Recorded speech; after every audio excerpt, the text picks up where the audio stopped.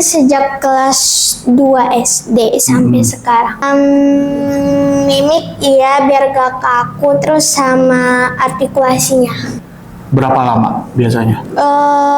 Sampai tenggorokan kita udah panas. Staccato itu kayak pemanasan tapi patah-patah gitu. Contohnya? Kayak kayak gitu. Aku tuh mau jadi dokter sama penyanyi, jadi kayak dokter Tompi. Oh, iya. Terbang melayang-layang, menari hinggapi bunga-bunga. Somewhere out there beneath the pale moonlight, someone's thinking of me.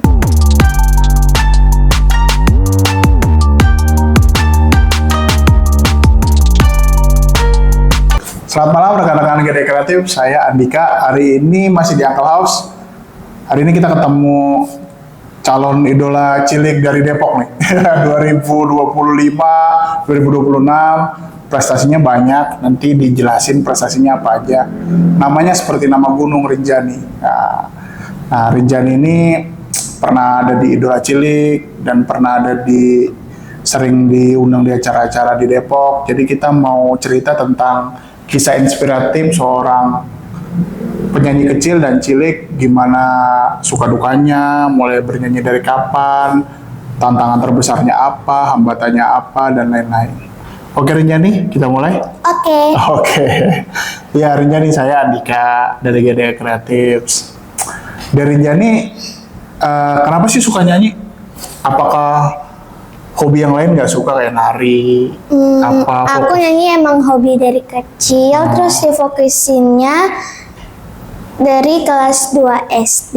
Kalau hobi lain aku itu ada mewarnai, membaca buku, sama berenang, sama storytelling, bercerita. Tapi dipublikasikan juga nggak?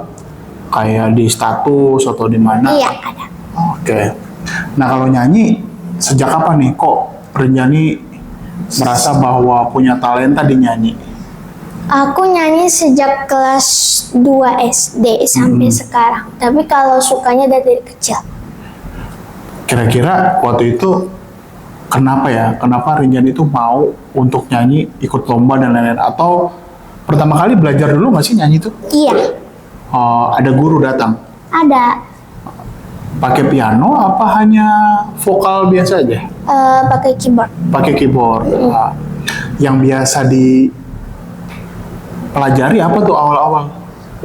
Biasanya aku vocalizing dulu. Habis itu baru latihan sama musiknya, lagu apa yang sudah dikasih PR sama guru vokal. Oh itu ada. Kalau vocalizing berapa lama biasanya? Sampai tenggorokan kita udah panas. Itu gimana? A, I, U, E, O gitu?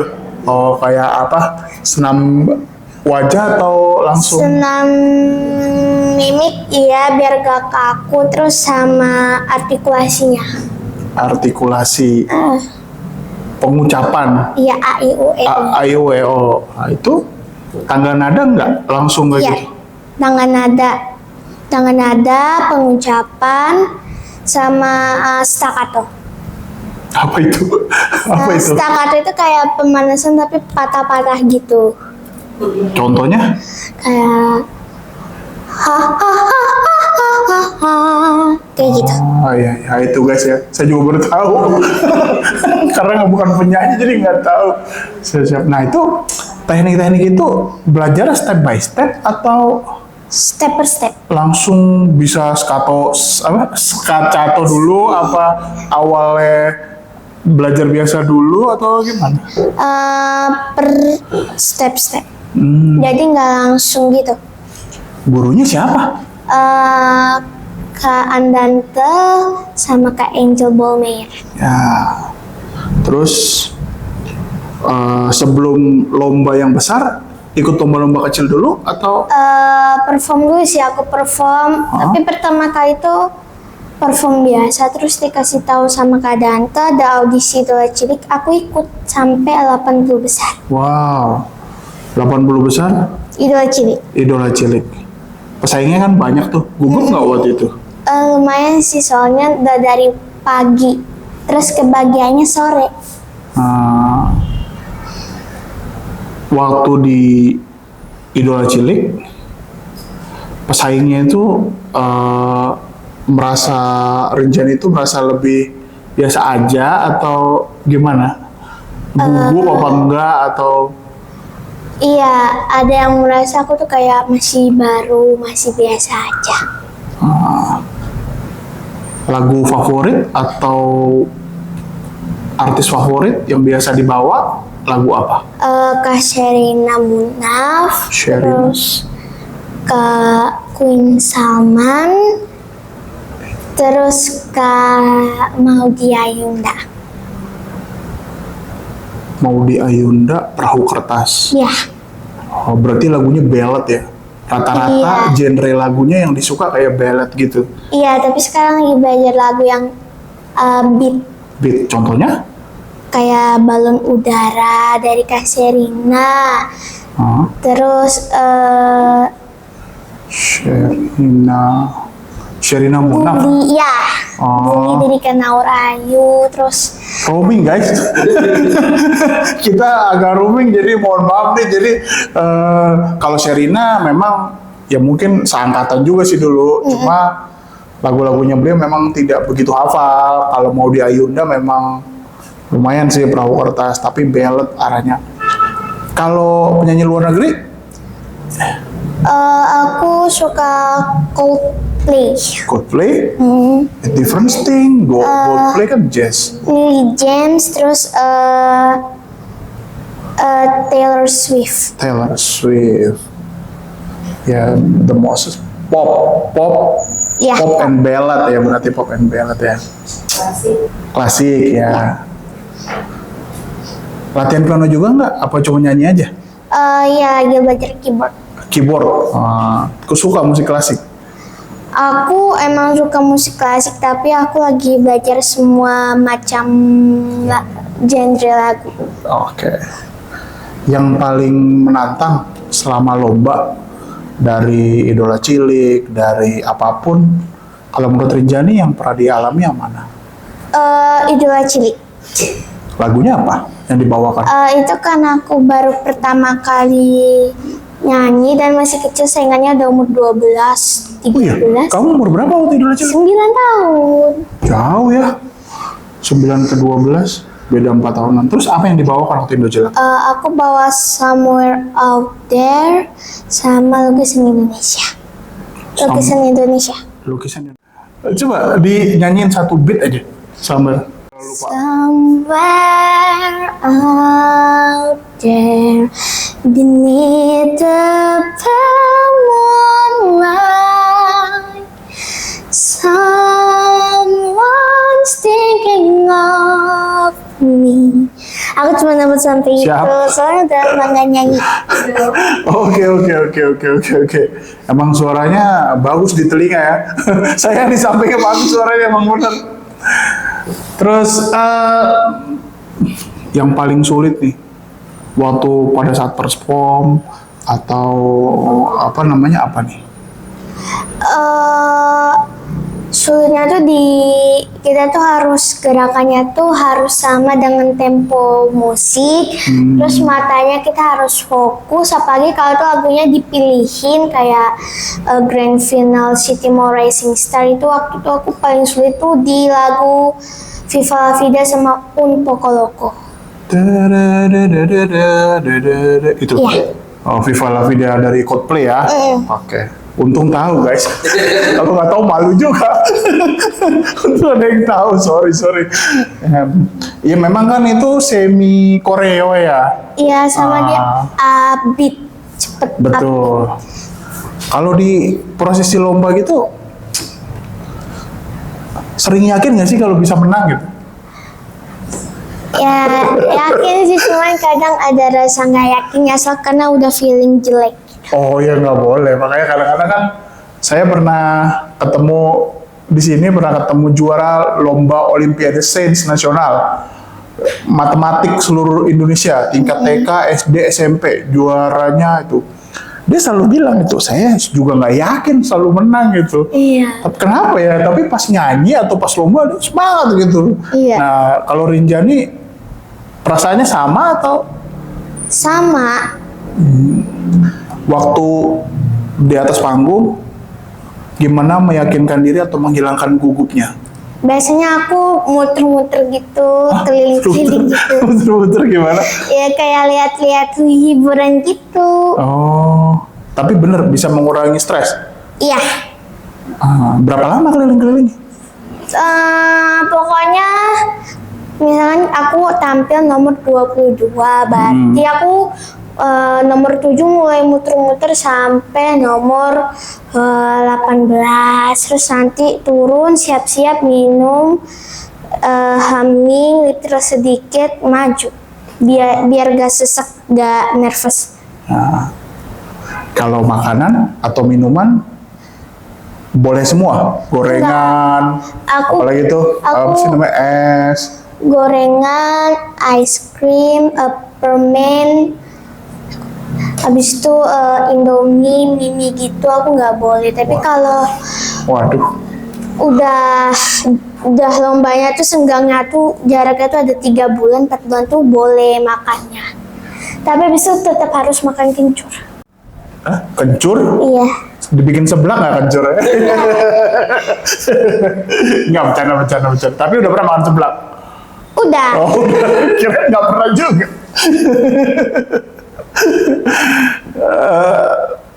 Tapi merasa tidak terbebani dengan adanya banyak pantangan makan?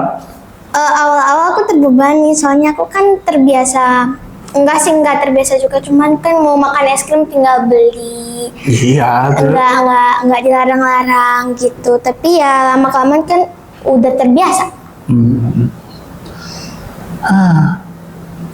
Terus nggak ada cheating day-nya gitu?